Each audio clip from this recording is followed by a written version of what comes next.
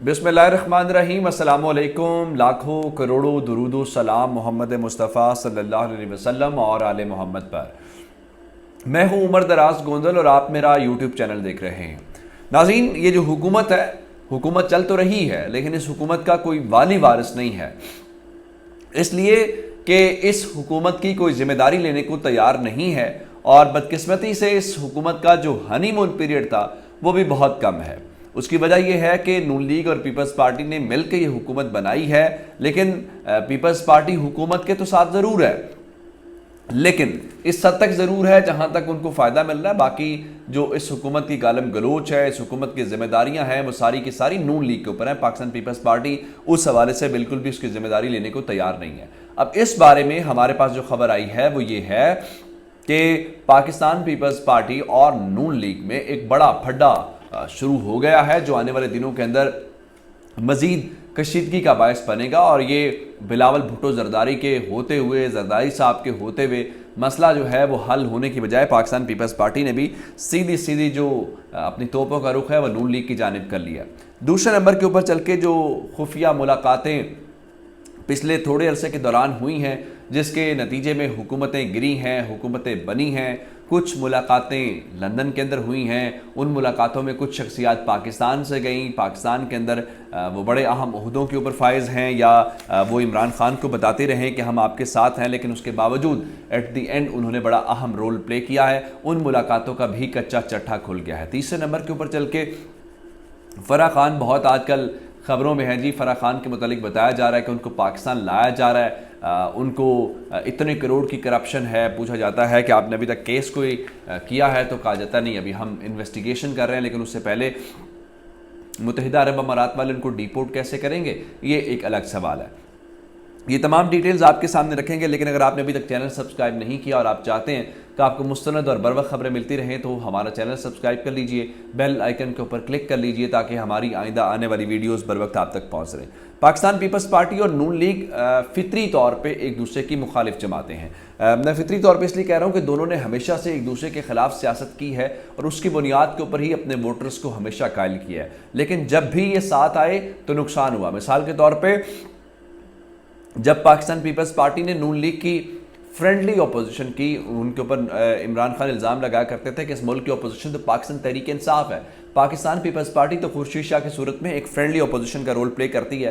तो उसकी सूरत में पंजाब से पीपल्स पार्टी का सफाया हो गया। लोगों ने कहा कि ये तो उनके साथ मिले हुए हैं, जिसमें मुकाव का लफ्ज़ हमने सुना और अंदर खाते इनकी जो मुख्तलिफ डील्स थी वो होते हुए। लेकिन अब सूरत हाल ये है कि वो जो हनीमून पीरियड था, वो जो खुशी खुशी के दिन थे, वो ख़त्म होते हुए नज़र आ रहे हैं। उसकी वजह यह है कि ये एक दूसरे के ऊपर जिम्मेदारी डालना चाहते हैं। कोई भी अपने ऊपर इस हुकूमत की जिम्मेदारी और इसका बोझ नहीं लेना चाहता। सबसे पहले जो मामला गड़बड़ शुरू हुई वो तहरीक इंसाफ के लोगों के ख़िलाफ़ जो मुख्तलिफ मुकदमात का इंदराज है, वहाँ पे बात शुरू हुई और खुर्शीद शाह ने कहा एक तो ये मुकदमात नहीं होने चाहिए थे, इन मुकदमात को वापस लिया जाना चाहिए। दूसरे नंबर के ऊपर उन्होंने कहा कि हम भी आपके सियासी इत्तेहादी हैं, हमसे भी आपको मुशावरत करनी चाहिए, लेकिन बात वहाँ बनी नहीं है। और इस तरह से एक और सवाल मैं आपको बताऊँ कि पाकिस्तान पीपल्स पार्टी के चेयरमैन बिलावल भुट्टो जरदारी के मुतालिक कहा गया जी वो कम उम्र तरीन वज़ीर ख़ारजा उनको बनाया गया है।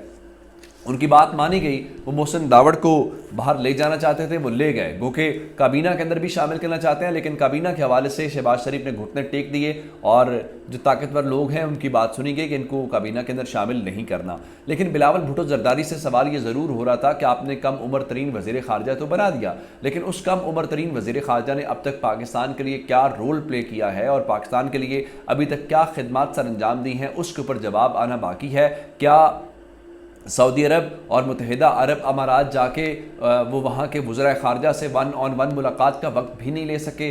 क्या हम ये सवाल उनसे कर सकते हैं कि आपकी ये कारकर्दगी है? क्योंकि हमें तो बताया गया था कि उनकी तरबियत जो चंद महीनों के अंदर ही जब वो जेल जाया करते थे वहाँ से शुरू हो गई थी, चूँकि वो ज़ुल्फ़िकार अली भुट्टो के नवासे हैं। लेकिन उस सारी बातों से हट के जो तसादुम की बात है वो वफाक और सिंध हुकूमत आमने सामने है। क्योंकि पहले मुराद अली शाह जो थे वो इमरान खान के बारे में बहुत सारी बातें करते थे, कहते थे मैं ख़त लिखता हूँ मुझे ख़त का जवाब नहीं दिया जाता, मैं मुलाकात के लिए जाता हूँ मुझे मुलाकात का वक्त नहीं दिया जाता। तो फिर मुश्तरका मफादात काउंसिल का बार बार इजलास बुलाने का मुतालबा किया जाता था।